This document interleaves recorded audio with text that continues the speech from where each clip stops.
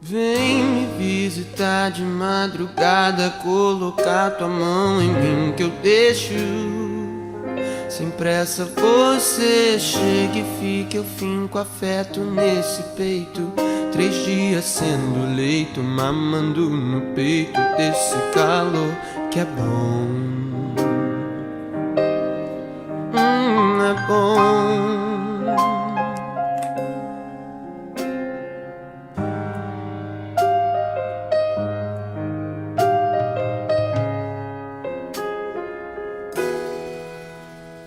Vem me visitar de madrugada, colocar tua mão em mim que eu deixo. Sem pressa você chega e fica, eu finco afeto nesse peito. 3 dias sendo leito, mamando no peito desse calor que é bom. Sei que eu tenho dom de dar mergulho com o olhar. Pega e dirige pra casa no dia também, que o nosso carinho não dói em ninguém. Sou tua amante, amiga, serpente, meu doce bem.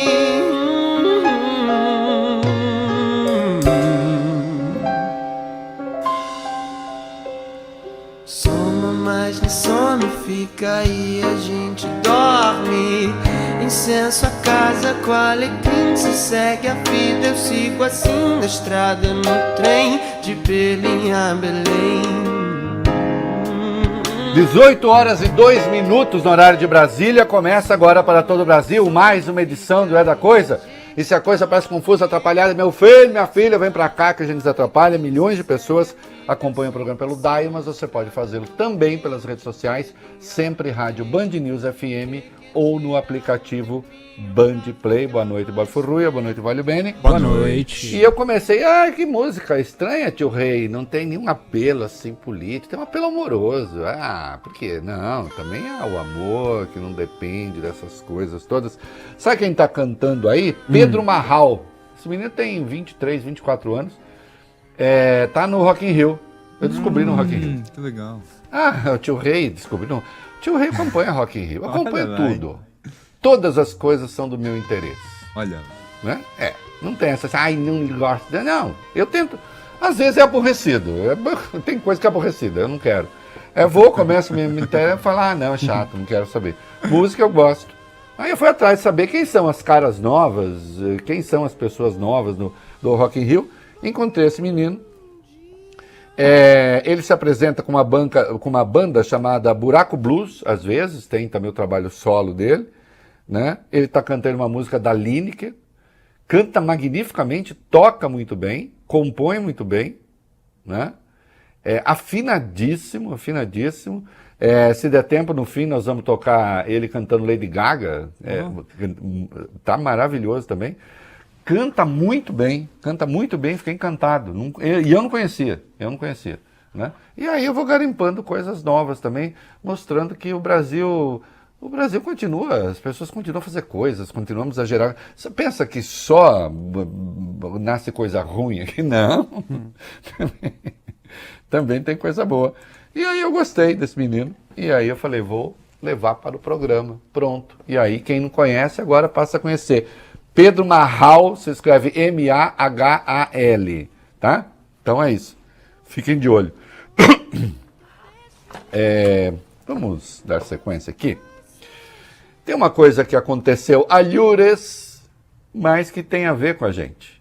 Tem a ver com a gente, até porque hoje eu já vi um ministro do Bolsonaro postando bobagem a respeito e tal, não sei o quê, né?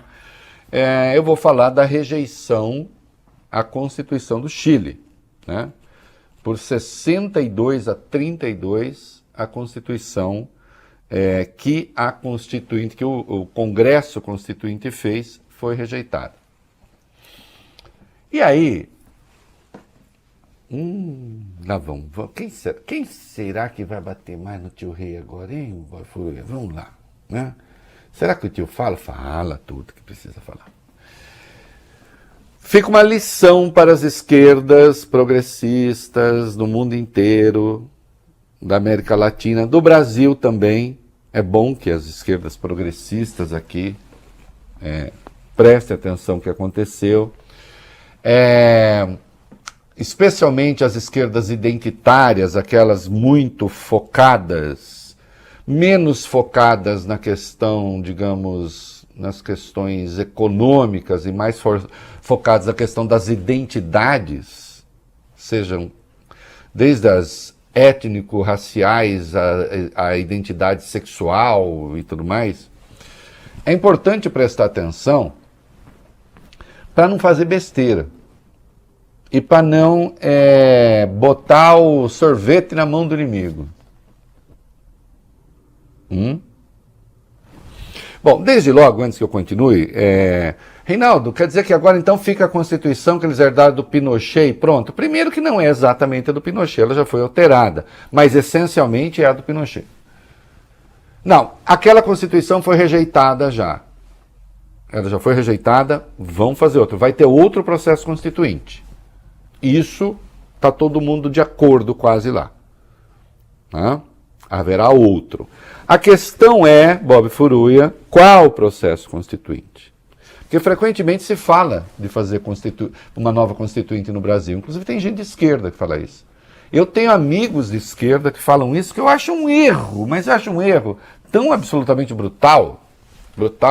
Vocês imaginem, há 5 anos, se a gente fizesse uma constituinte, não existiria Carla Zambelli. Agora, só para dar um exemplo. Por que você não acha bom ela estar numa constituinte? Ah, gente, né?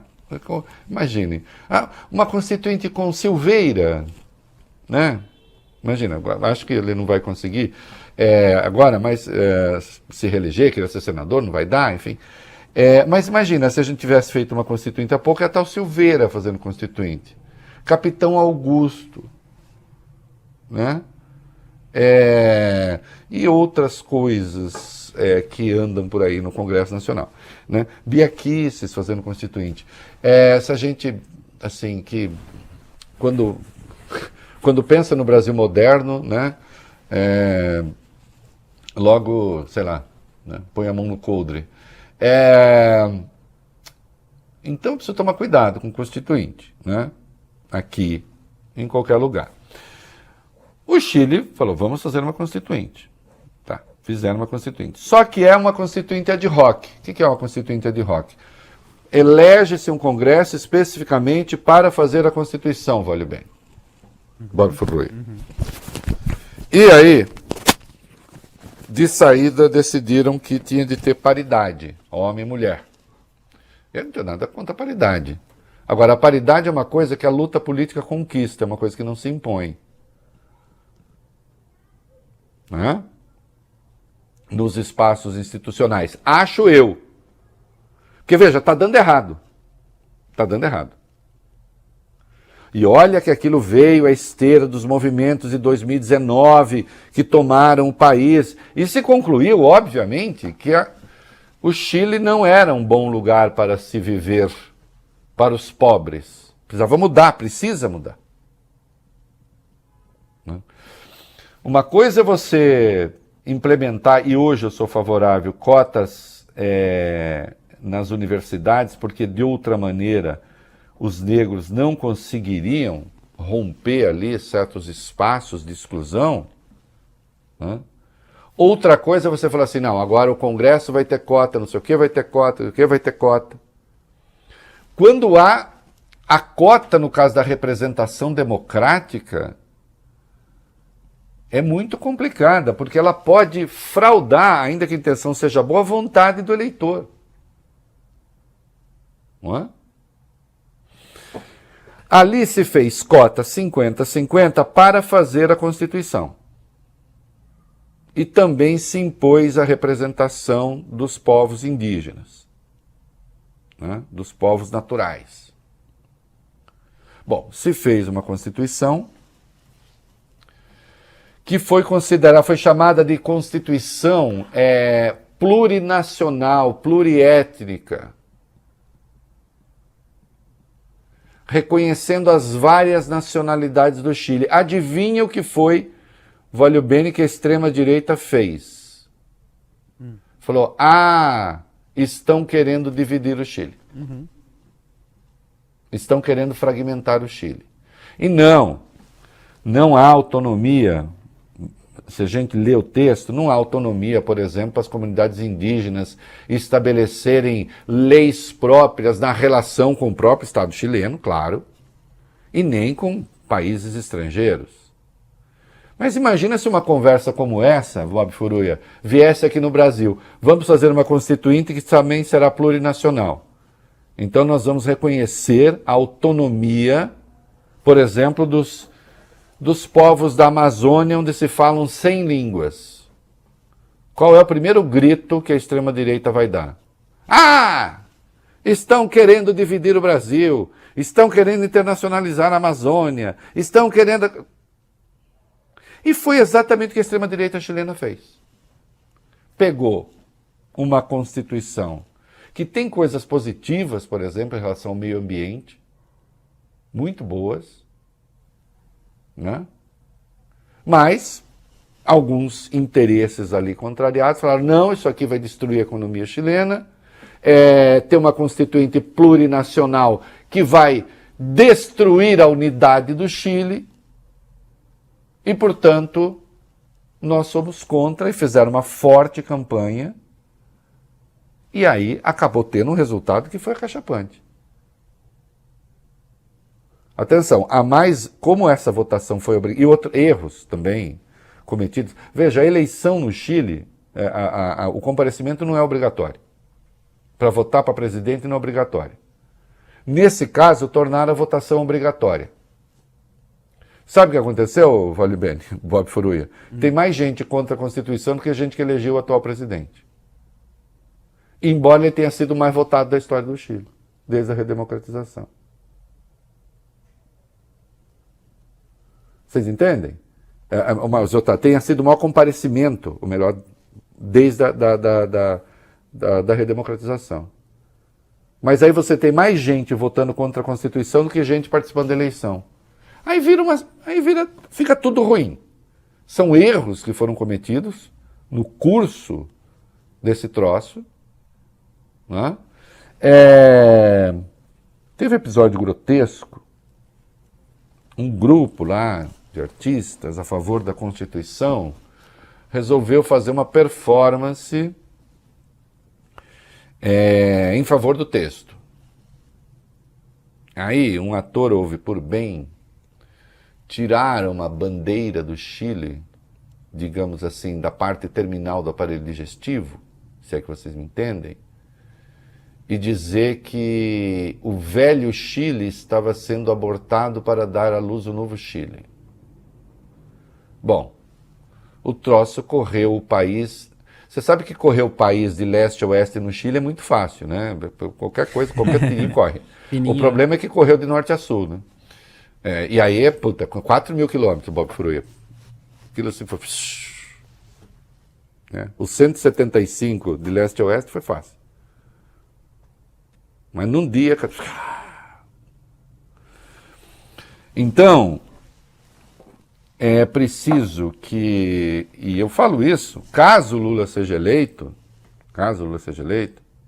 né, esses grupos mais avançados, de vanguarda, que querem mudar... É preciso pensar o seguinte, né? A sociedade avança... A história indica por intermédio de reformas, de maneira que você precisa também convencer os setores mais conservadores de que a mudança é necessária. Qualquer ato que possa implicar algum tranco e que permita o discurso acusando a disrupção, será sempre desastroso. Porque a extrema-direita sabe usar o medo das pessoas, né? Sabe usar o medo dos mais conservadores, né, a seu favor. Né? Como faz aqui. O MST tem algumas ações destrambelhadas no passado? Claro que tem. Tem. Houve ações exageradas, houve ações contraproducentes. Hoje, não é mais. Hoje o que ele é o maior produtor de arroz orgânico do país, por exemplo. Com 400 mil assentados, centenas de cooperativas, etc. Está na chamada produção capitalista. Produz com lucro. Ainda que o lucro tenha uma outra destinação ali, que não o enriquecimento pessoal, mas produz com lucro dentro do sistema capitalista. E, no entanto, volta e meia, olha o que o Bolsonaro faz usando MST no setor rural, etc., para mobilizar os agricultores. E aí é curioso, porque eu já constatei isso. Aí tem ódio do MST até quem não tem terra para defender. Então é isso, Bafura. Quem não tem terra para defender também tem medo do MST. Mas tem medo do quê, na verdade? Nada. Ainda que o MST fosse o que eles dizem ser, você não teria razão para temer. Mas teme mesmo assim. Porque você cria o fantasma. O fantasma político, ele não depende. O fantasma político não depende da verdade. Ele depende apenas da verossimilhança. Hein? Sabe o que é o verossímil? Não é o verdadeiro. O verossímil é aquilo que é crível, Bob Furui. É acreditável que isto aconteça? Se for acreditável, crível, ainda que seja falso, serve para a luta política. Então, quando você diz que você vai ter um Estado plurinacional, é falso que as comunidades indígenas terão autonomia e poderão, se quiser, declarar a independência do Chile. Se tornarem independentes do Chile. Isso era absolutamente falso. O texto veda explicitamente. Agora, quando você diz que o Estado é plurinacional, eu faço uma pergunta. Estão ou não estão dando doce na boca de bandido?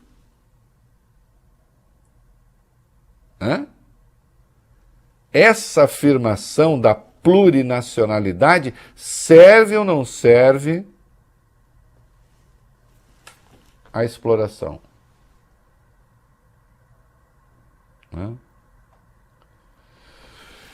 Bem como quando você pretende estabelecer cotas de representação em espaços públicos que dependem de eleição. É preciso tomar muito cuidado com isso.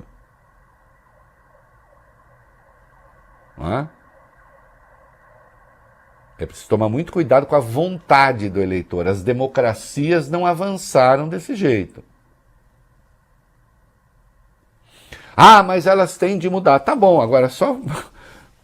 Vejam só, no caso do Chile, teria sido melhor uma Constituição que avançasse bastante, Bob Furunha, Valeu Bene, na proteção social, deixando de lado certas questões identitárias, ou fizeram muito bem em marcar posição nas questões identitárias e aí ficaram também sem a proteção social. Eu não tenho dúvida de qual é o melhor caminho. E o melhor caminho me parece que é avançar nas questões de proteção social. E com isso eu não estou querendo dizer que essas outras questões não devem ser postas. Mas eu sempre me incomodo no Brasil e em todo canto, com essa coisa, para lugar de fala. Quando vêm algumas feministas mais ali duras no trato político e dizem assim, não, homem não pode opinar sobre aborto. Por que não? Não, a única que pode falar sobre aborto é a mulher. Quer dizer que o homem não tem nada a ver com a concepção, com a geração de filho, de criança, de nada? É isso mesmo? Então nós vamos ter um país em que só mulher fala de aborto, só as lésbicas falam das questões lésbicas, só os gays falam das questões gays, só os trans falam das questões trans. Não, essa é uma questão. Todas essas questões dizem respeito a todos os brasileiros. A todos os brasileiros. Porque senão Nós vamos ter assim, o Brasil vira uma soma de guildas políticas, existenciais e morais, e cada um só fala dentro do seu bloco. Mas se cada um falar dentro do seu bloco, será pior para as minorias. Se só os gays podem falar sobre os gays, eles estão ferrados, eles já perderam. Porque eles são minoria. Se só as trans puderem, e os trans puderem falar sobre essa questão, já perderam. Aí sim, perderam mesmo. Não, o processo político requer que todos falem sobre todos os assuntos, reconhecendo, obviamente, que mulheres podem falar sobre questões de mulheres com mais propriedade. Mas no que isto é político diz respeito a todo mundo. Fragmentar excessivamente a representação pode conduzir aquilo que aconteceu no Chile. E um bom texto vai para o lixo porque se tornou alvo fácil da indústria da mentira. Abriu os flancos para a indústria da mentira. Então é importante que a esquerda identitária pense nisso. E lembre que a garantia de direitos sociais ainda é a melhor garantia que qualquer brasileiro pode ter. De direitos individuais e direitos políticos. Porque no mais das vezes essas garantias embutem o princípio da não discriminação. Para pensar, eu acho que é preciso aprender com essa questão do Chile. Para que não venhamos no futuro a cometer os mesmos erros. Não que a gente vai ter uma constituinte. Embora muita gente fale em ter, o que eu acho um absurdo.